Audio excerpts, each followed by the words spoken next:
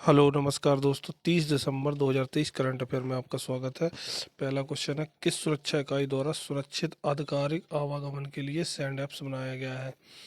तो सुरक्षित आवागमन के लिए एक ऐप्स बनाया गया है कि इसका नाम है सैंड ऐप्स। किसके द्वारा बनाया गया? अर्धसैनिक बल के लिए बनाया गया है। ठीक, तो ये इसको अपनाया अर्धसैनिक बलों ने, पैरामिलिट्री फोर्सों ने अपनाया है। ये क्या है सैंड ऐप्स? इससे क्या होगा, जैसे पहले वो व्हाट्सअप चलाते थे, ठीक है, व्हाट्सअप से अपने ग्रुप को साझा करते थे, बताते थे कोई भी जानकारी देना, दस्तावेज कलेक्ट करना है, देखो उनका जो भी संचार माध्यम होता था वो व्हाट्सअप और भी कई चीज़ों से होता था, लेकिन उसमें क्या सुरक्षा की कमी थी, इसलिए उन्होंने एक ऐप्स बनवाया और उसको अपनाया है।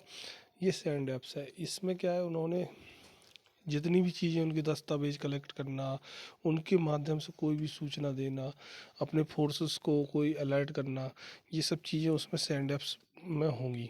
वो उसी में सब चीज़ें होंगी, हर चीज़ उसी में व्यवस्था है। ये ऐप्स बनाया है किसके लिए? अर्धसैनिक बलों के लिए। ठीक, तो ये चीज़ हो गई आपकी कंप्लीट। दूसरा है, किस देश किस देश के राष्ट्रपति Javier Milei Javier Milei BRICS में शामिल होने के निमंत्रण को अस्वीकृत किया? ये है अर्जेंटीना के। अब समझ लो ब्रिक्स क्या है। ब्रिक्स उभरती हुई अर्थव्यवस्था को, उसमें व्यापार और सुरक्षा और आर्थिक आर्थिक नीति को बनाने के लिए, चर्चा करने के लिए ये एक संगठन बनाया गया जिसका नाम है ब्रिक्स। इसमें 5 देश हैं, मुख्यतः 5 देश हैं। कौन कौन से हैं? ब्राज़ील, रसिया, इंडिया, ठीक है, देखो ब्राज़ील, रूस, ठीक, इंडिया यानी भारत, चाइना चीन, और साउथ अफ्रीका यानी दक्षिण अफ्रीका। दक्षिण अफ्रीका, तो ये 5 देश हैं। तो इसका जो मुख्यालय है वो संघाई चीन में है। संघाई चीन में है। देखो ये ब्रिक्स परीक्षा में पूछ लिया जाता है, संघाई यानी कि चीन में है। और इसका जो अध्यक्ष है वो एक देश होता है, कोई आदमी नहीं होकर देश होता है। तो इस समय साउथ अफ्रीका यानी दक्षिण अफ्रीका इसका अध्यक्ष है। तो ब्रिक्स की जो मीटिंग होगी इस बार जो कहाँ कर रही, दक्षिण अफ्रीका में होगी। तो दक्षिण अफ्रीका में हुई है मीटिंग। तो उसमें क्या हुआ, और उसमें क्या हुआ है कि ये 5 देश तो हैं ही हैं मेन, इसमें 11 देश और शामिल हो गए। 11 देश और शामिल हो गए, उसमें से एक था अर्जेंटीना। तो अर्जेंटीना के राष्ट्रपति बोले हम नहीं जाएंगे ब्रिक्स में, हमारे लिए कोई काम का नहीं है ब्रिक्स, हम इसके जो निमंत्रण को अस्वीकार करते हैं। और वहाँ के जो राष्ट्रपति अभी बने हैं जेवियर माइली, उन्होंने मना किया। तो आपके जो यूपी पुलिस का क्वेश्चन है उसमें क्या आ सकता है कि अर्जेंटीना के राष्ट्रपति कौन है? क्यों क्यों चर्चित है? क्योंकि इन्होंने निमंत्रण अस्वीकार कर दिया, ऐसे क्वेश्चन बनते हैं। निमंत्रण अस्वीकार किया तो पेपर में आ जाएगा अर्जेंटीना के राष्ट्रपति कौन है। ये चीज़ जो हमने लिखी है, जो क्वेश्चन बनाया, ये नहीं आएगा। ये आ जाएगा अर्जेंटीना के राष्ट्रपति कौन है, तो जेवियर माइली हैं। ये आपको याद रखना है। ये चर्चित में है क्योंकि उन्होंने निमंत्रण स्वीकार कर दिया है। जो चीज़ चर्चा में या कोई काम कर दे या कोई चीज़ उभर के आ जाए सामने, वही पेपर में पूछ लेते हैं। ठीक है, तो आपको समझ में आ गया होगा दोस्तों।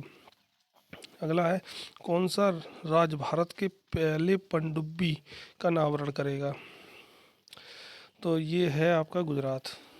ठीक, गुजरात में एक पनडुब्बी बनाई जा रही है। ठीक है, गुजरात के द्वारका द्वारका जो थी वो गुजरात में थी।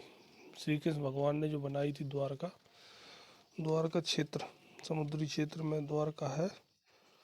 और वो कहते हैं कि वो पौराणिक तथ्य, हिंदू पौराणिक तथ्य ये कहते हैं कि जो द्वारका थी वो जलमग्न हो गई थी। तो जलमग्न हो गई थी तो उसकी उसको कोई प्रमाण तो है नहीं।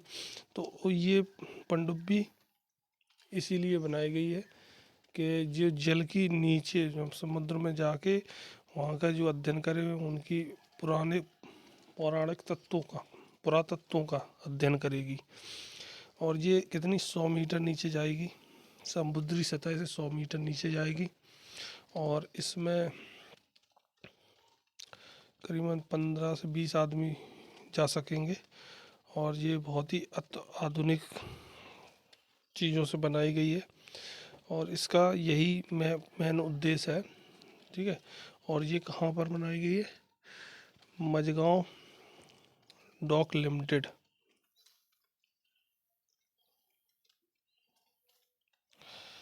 मझगांव डॉक लिमिटेड द्वारा बनाई गई है। लिमिटेड, लिमिटेड मतलब एक कंपनी है मझगांव में, वो उसने बनाई है इसको। उसको इसका अनावरण गुजरात सरकार करेगी। ठीक, याद रखना है आपको।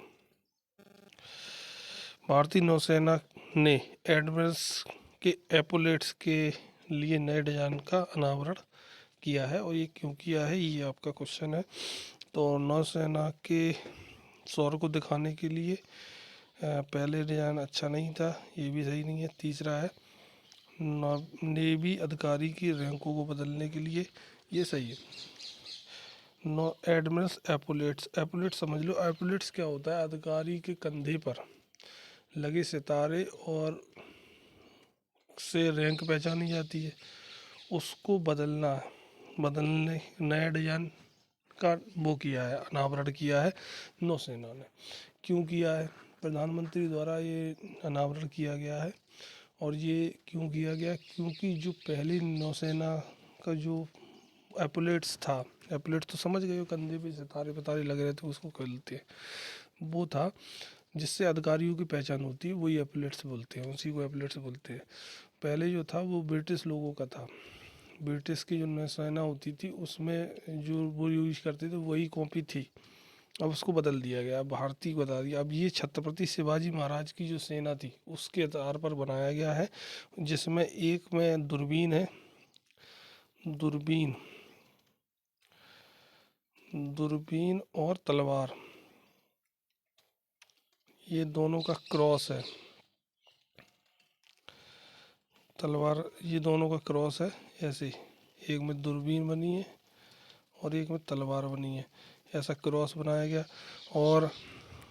और उसमें एक बटन है, उसको सुनहरा बटन बोलते हैं उसको। और जो सितारे होंगे वो अष्टभुजाओं के होंगे। ठीक है। इस प्रकार के एप्लेट्स नए डिजाइन तैयार किए गए नेवी के लिए। क्यों किए गए हमने आपको बता दिया। अब इससे नए डिजाइन बन गए तो ये क्या होगा, अधिकारी की जो रैंक्स थी वो बदल जाएंगी। मतलब रैंक का नाम तो नहीं बदलेगा, रैंक वही रहेंगी, लेकिन जो रैंक पहचानी जाती है जिस इस हिसाब से वो बदल जाएंगी।